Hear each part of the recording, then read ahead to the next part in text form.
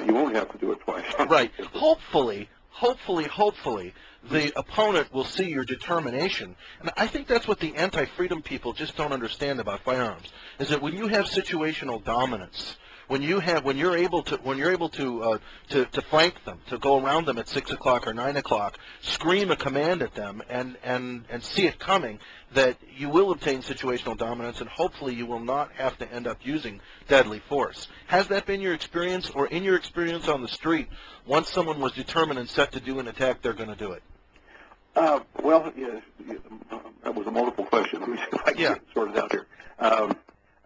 The point you make about taking action, that's the key, is if you are about to be victimized, you have to do something. And if you're trained yourself to move off the line of attack, to draw your defensive weapon, and that weapon retention position, it's taught various ways, but yeah, we've taught and used that successfully for years.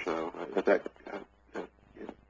that close of proximity, you would be unwise to extend the gun out to arm's length. You need to keep it in close to your body where you can control it and be moving and making of yourself a very difficult target and doing what your attacker doesn't expect. And quite frankly, what most aggressive street-smart felons frequently do not expect is victims that fight back. When you fight back, when you take action, that can shift the reaction time gap back in your favor, because now they have to react to what you're doing. Clint Smith, and I quote him all the time with attribution. By the way, he's going to be on this program in a couple of weeks with his wife, talking about good friends. Yes, talking about defensive use of firearms, and also from a woman's perspective. And I'm trying to think of his wife's name. Is it Heidi? Heidi. I was going to say Heidi. I knew that wasn't right. Both of them will be on for the whole hour. And one of the things I quote from him constantly is that if you look like food, you will be eaten. Yeah. And that's what I tell people who come and take the concealed weapons class. Look, you think you're here to get a stupid plastic card to put in your wallet so you can pull your shirt tail over your gun butt. I think you're here to make you not look like food. And that's the first eye opener, that people realize they're in a process, not a class. Exactly, and the mindset is a critical element there. You asked earlier about my experience going through Gunsight, and I think that was one of the things that hit home more than anything else, is developing that proper mindset. And the reason I wanted to ask you about this later in the interview, but I'll do it now, seeing as how you brought it up. How is it, Colonel Cooper, there we go. A little slow, but it worked.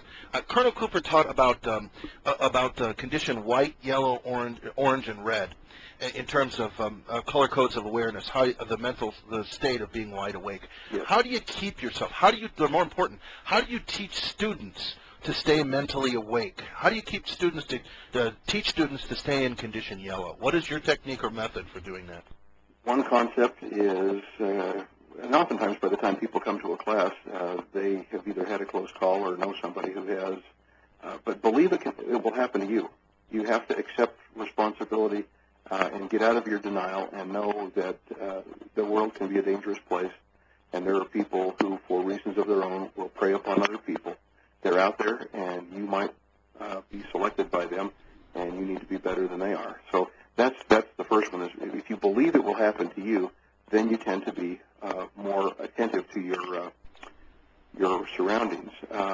Another concept that I have used for years and try to instill it in my students is when you choose to go armed, when you are handling and checking the condition of your pistol as you place it in your holster, you tell yourself, I might have to use this today. And hopefully that will plant the seed in your mind that it's there for a purpose. And that was part of Cooper's color code, is being in condition yellow. If you are going to be running around carrying a gun, you owe it to yourself and the community at large to be in condition yellow. So you're not surprised, so you're not caught off guard. All of us need a time and a place in our lives where we can completely relax. Of course, you can't function without sleep and rest and relaxation. So we need to find places where we can do that. But if whenever you venture out onto the streets, you would do well, armed or not, to pay attention to your surroundings. It's hard to find statistics on what we've prevented, but I would guess that by being properly alert most people can avoid 9 out of 10 confrontations. We're up on that next break, so stand by for just a little bit. We have the joy and the pleasure and the honor having with us Dennis Tueller. He's retired from the Salt Lake City Police Department, world-renowned firearms and defensive use of force trainer and forward thinker. What happens when a voice of reason speaks up in a closed political system? Frank Borzilieri joins Charles Heller at noon Sunday, April 29th about Lynched, a conservative's life on a New York City school board. At 1 p.m. is The Complete Gentleman, the modern iteration of the Knight of Chivalry. Brad Miner joins Charles on America Armed and Free on the Modern Man's Guide to Chivalry. Liberty Watch and America Armed and Free. Sundays, noon to 2, right after Spot Shop. I'm Oliver North, and like you, I'm listening on America Armed and Free with Charles Heller. Civilian disarmament is an essential precedent for every dictator who engages in mass murder. Your love, keep the flame, let it burn, until I return from the gunfight at OK Corral. If the Lord is my friend, we'll meet at the end of the gunfight at OK Corral.